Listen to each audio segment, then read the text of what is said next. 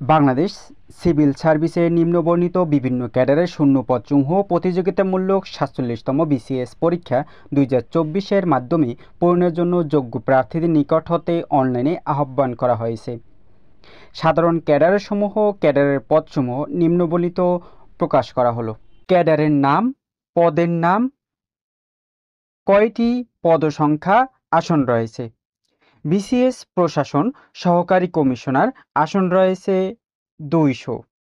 BCS পররাষ্ট্র বিষয়ক সহকারী সচিব, পদে আসন রয়েছে ১৫টি। বিসিএস পুলিশ সহকারী পুলিশ সুপার, আসন রয়েছে ১০০টি। বিসিএস আনসার সহকারী পরিচালক, সহকারী জেলা কমান্ড্যান্ট সমমান ৮টি আসন। বিসিএস নিরীক্ষা ও হিসাব সহকারী মহা হিসাবরক্ষক, আসন ২৩টি। বিসিএস কর সহকারী কর কমিশনার, আসন ১০৪টি। বিসিএস শুল্ক ও আবগারি সহকারী কমিশনার, আসন ৫০টি। বিসিএস সমবায় সহকারী নিবন্ধক, আসন ৪টি। বিসিএস রেলওয়ে পরিবহন ও বাণিজ্যিক, আসন ৪টি।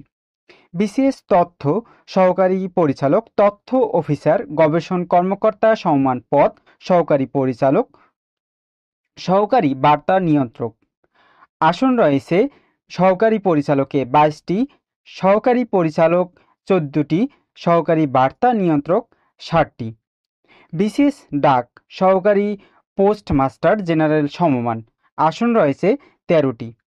বিসিএস পরিবার পরিকল্পনা কর্মকর্তা সাধারণ, আসন রয়েছে ৬২টি। বিসিএস খাদ্য সহকারী খাদ্য নিয়ন্ত্রক সমমান পদ, আসন রয়েছে ১টি।